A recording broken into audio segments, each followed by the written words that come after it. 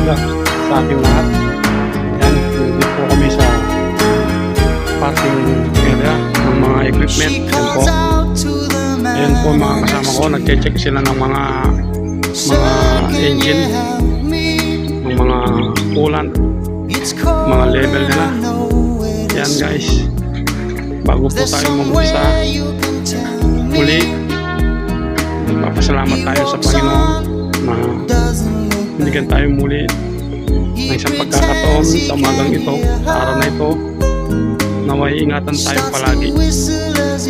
Okay guys, ayun, shout out po na kasama yun.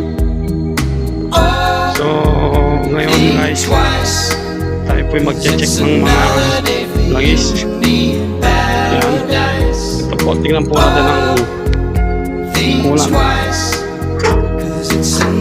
hydraulic level. So okay lang yan dahil hindi po nakaunat yung mga boom tsaka extension bago.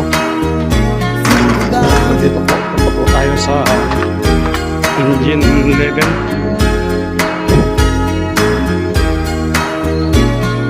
Tingnan po natin ang oil ng swing motor.